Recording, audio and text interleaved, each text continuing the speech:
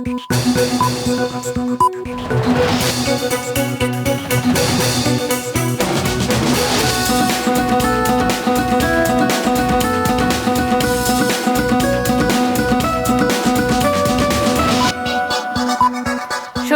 স্বাগত মাছরাঙা সংবাদে। আপনাদের সঙ্গে আছি আমি সুমাইয়া সাজ্জাদ।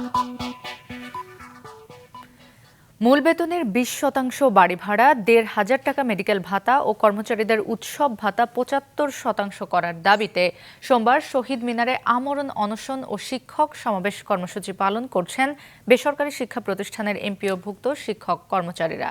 সকাল ১০টা থেকে এ কর্মসূচি শুরু হয়েছে। দেশের বিভিন্ন প্রান্ত থেকে শিক্ষকরা আসতে শুরু করেছেন। এমপিওভুক্ত শিক্ষা জাতীয়করণ প্রত্যাশী জোটের সদস্য সচিব অধ্যক্ষ দেলোয়ার হোসেন আজিজ জানিয়েছেন, দাবি পূরণ না হওয়া পর্যন্ত অনশন চলবে। দেশের কোনো শিক্ষক শ্রেণীকক্ষের পাঠদান বা প্রশাসনিক কাজ করবে না। পরীক্ষার ডিউটি, অফিস ফাইল সবকিছুই বন্ধ থাকবে। সম্মান এবং শ্রদ্ধা রেখে আমরা কিন্তু কোনো রকম করি নাই, কারণ আমরা আমাদেরকে বিভিন্ন ট্যাগ দেওয়া হয়েছে। আমরা নাকি এখানে নির্বাচন বানচাল করতে এসেছি, আমরা নাকি এখানে পরিবেশ নষ্ট করতে এসেছি।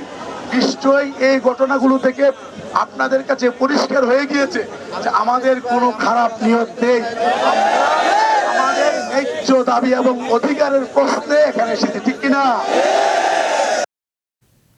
দেশের বিভিন্ন জেলাতেও অষ্টম দিনের মতো কর্মবিরতি পালন করছেন বেসরকারি এমপিওভুক্ত শিক্ষক কর্মচারীরা। এতে বন্ধ আছে শ্রেণী কার্যক্রম। টানা ১ সপ্তাহ ক্লাস না হওয়ায় গাইবান্ধার বিভিন্ন শিক্ষা প্রতিষ্ঠানের শ্রেণীকক্ষে শিক্ষার্থীদের উপস্থিতি কমতে শুরু করেছে। আবার যেসব শিক্ষার্থী বিদ্যালয়ে আসছেন, পাঠদান কার্যক্রম না হওয়ায় তারাও বাড়ি ফিরে যাচ্ছেন। শিক্ষার্থীরা জানিয়েছেন, সামনে বার্ষিক পরীক্ষা, এমন সময় পাঠদান না হলে তারা বিপাকে পড়বেন। এদিকে শিক্ষকরা জানিয়েছেন, তাদের দাবি আদায় না হওয়া পর্যন্ত তারা শ্রেণীকক্ষে ফিরবেন না।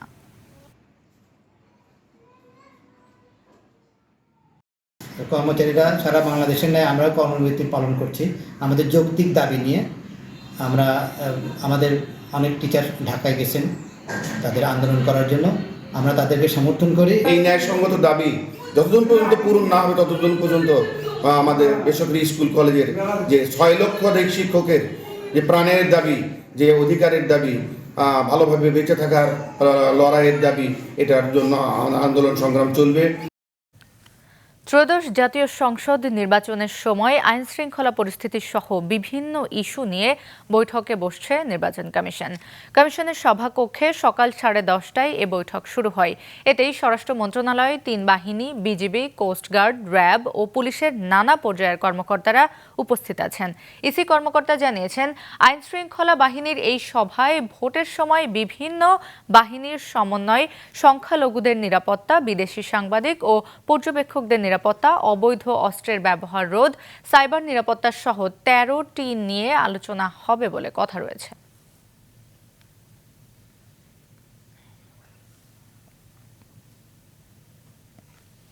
হযরত শাহজালাল আন্তর্জাতিক বিমানবন্দরে কার্গো কমপ্লেক্সে আগুনে পুড়ে যাওয়ার পর ৯ নম্বর গেট দিয়ে পণ্য খালাসের উদ্যোগ নিয়েছে কাস্টমস কর্তৃপক্ষ। গতকাল রাতে কিছু পচনশীল পণ্য ওই গেট দিয়ে খালাস হয়েছে, তবে আজ সকাল থেকে এখন পর্যন্ত কোনো পণ্য খালাস হয়নি। গেটের সামনে ভিড় করেছেন পণ্য আমদানির সঙ্গে সংশ্লিষ্টরা। এদিকে বিমানবন্দর কর্তৃপক্ষ জানিয়েছে, পুরোপুরি স্বাভাবিক হয়েছে উড়োজাহাজের চলাচল, কেটেছে শিডিউল বিপর্যয়। বিমান চলাচল বন্ধ থাকায় যেসব যাত্রী আটকে গিয়েছিলেন, পরবর্তী ফ্লাইটগুলোতে তাদের সবাই যেতে পেরেছেন। ডিসিশন দিছে যে এখান থেকে ৯ নম্বর গেটে সব ধরনের পণ্য এখান থেকে বের হবে। এখন আমরা সকাল থেকে এখানে ওয়েট করতেছি, কিন্তু এখনো কাস্টমস অফিসার এখানে আছে, কিন্তু বিমান এখনো কার্যক্রম এখনো চালু করে নাই। আমরা ওই অপেক্ষায় আছি আর কি। শুনছি যে একটা পণ্য ডেলিভারি হয়েছে, কাঁচামাল একটা পণ্য ডেলিভারি হয়েছে, তারপর আর কিছু হয়নি। যেগুলা পচনশীল আইটেম, যেমন ফল আছে, মাছ আছে, এগুলা ওই ৯ নম্বর গেট দিয়া তড়িৎ খালাসের জন্য এটা তারা সিদ্ধান্ত নিছে। কিন্তু এখানে যে ওয়্যার হাউস পুড়ে গেছে, এখানে কোনো কিছু এখনো হয় না, সিদ্ধান্ত হয়নি। দর্শক, আগেই জানিয়েছি, বেতনের 20% বাড়ি ভাড়া, মেডিকেল ভাতা ও উৎসব ভাতার দাবিতে শহীদ মিনারে আমরণ অনশন ও শিক্ষক সমাবেশ কর্মসূচি পালন করছেন বেসরকারি শিক্ষা প্রতিষ্ঠানের এমপিওভুক্ত শিক্ষক কর্মচারীরা। এ বিষয়ে বিস্তারিত জানাতে রাজধানীর কেন্দ্রীয় শহীদ মিনার থেকে সরাসরি যোগ দিচ্ছেন আমাদের সিনিয়র রিপোর্টার মাহমুদ কমল। কমল, শিক্ষকরা আজ কি নতুন কোনো কর্মসূচি দিয়েছে?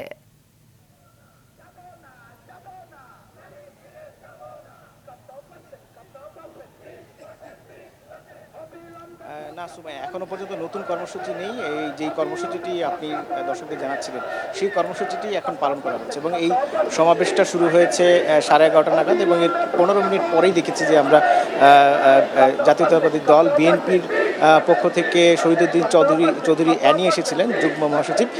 তিনি এসে এখানে কিছুক্ষণ আগেই বক্তব্য দিয়েছেন এবং তিনি বলেছেন যে শিক্ষকদের যে দাবি, সেই দাবিটা আসলে যৌক্তিক এবং সরকার যে 5% বাড়ি ভাড়া বাড়িয়েছে, যেটা শিক্ষকদের দাবি ছিল 20%, সেই 5% বাড়ানোটাকে তিনি বলেছেন যে আরেকটু বাড়ানো যায় কিনা এবং বিশেষভাবে বিবেচনায় নিয়ে সরকারের কাছে তিনি আবেদন জানিয়েছেন যে এটিকে একটু বিশেষ বিবেচনায় সরকার নিতে পারে কিনা। এবং একই সঙ্গে তিনি বলেছেন যে বিএনপির যে ভারপ্রাপ্ত চেয়ারপারসন আছেন, চেয়ারম্যান আছেন তারেক রহমান, তিনিও তাদের সাথে একাত্মতা পোষণ করেছেন এবং তারা আশ্বাস দিয়েছেন যে তারা যদি ক্ষমতায় যেতে পারে তাহলে তাদের এই পূর্ণ জাতীয়করণের বিষয়টি দেখবেন। তবে এখানে শিক্ষক যারা আন্দোলন করছেন তারা বলেছেন যে সরকার যে প্রজ্ঞাপন দিয়েছে সেটি তো আসলে তাদের জন্য পরিপূর্ণ না। তারা 20% যে বাড়ি ভাড়া বাড়ানোর যে দাবি এবং 1,500 টাকা চিকিৎসা ভাতা এবং 75% যেই এটা হচ্ছে যে তাদের যে বোনাস, সেই বোনাস দেওয়ার যে দাবি সেটা থেকে তারা সরে আসবেন না। যদি আজকের মধ্যে প্রজ্ঞাপন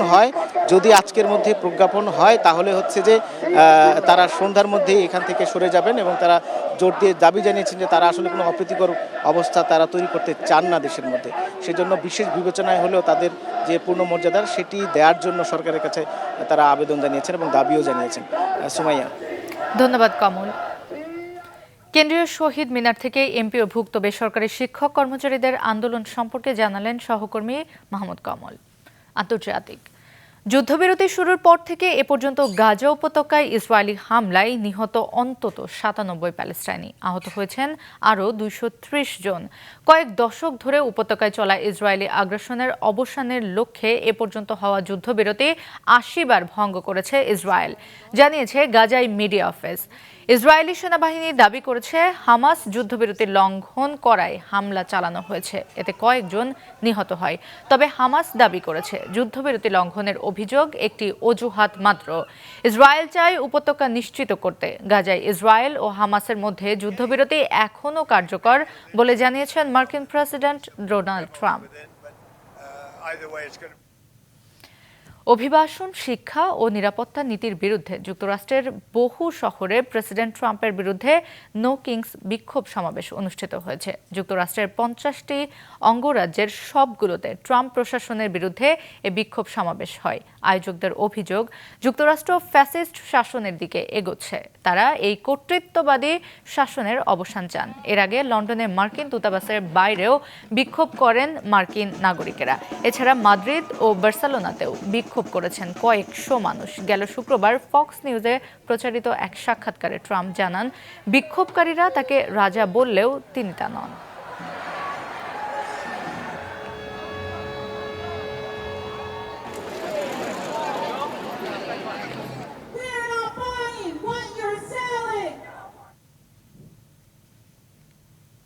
খেলার খবর।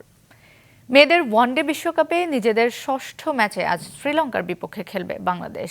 ডিওয়াই পাতিল স্টেডিয়ামে ম্যাচটি শুরু হবে বাংলাদেশ সময় বিকেল 3:30টায়। পাকিস্তানের বিপক্ষে 7 উইকেটের জয়ে এবারের ওয়ানডে বিশ্বকাপে দারুণ শুরু পেয়েছিল বাংলাদেশ। এরপর ইংল্যান্ড ও দক্ষিণ আফ্রিকার বিপক্ষে জয়ের খুব কাছে গিয়েও হেরেছিল টাইগার্সরা।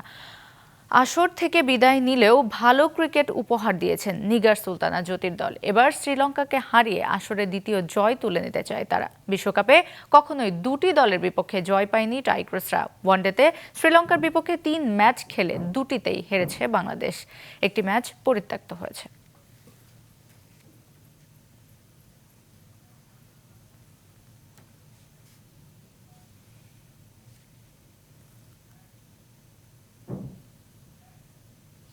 এই ছিল এখনকার মতো। ফেসবুকে আপডেট পেতে ভিজিট করুন মাছরাঙা টেলিভিশনের পেজে, ইউটিউব চ্যানেলেও দেখতে পারেন আমাদের সংবাদ, প্রতিবেদন এবং অনুষ্ঠান। আমাদের পরবর্তী সংবাদ দুপুর 2টায় দেখার আমন্ত্রণ রইল।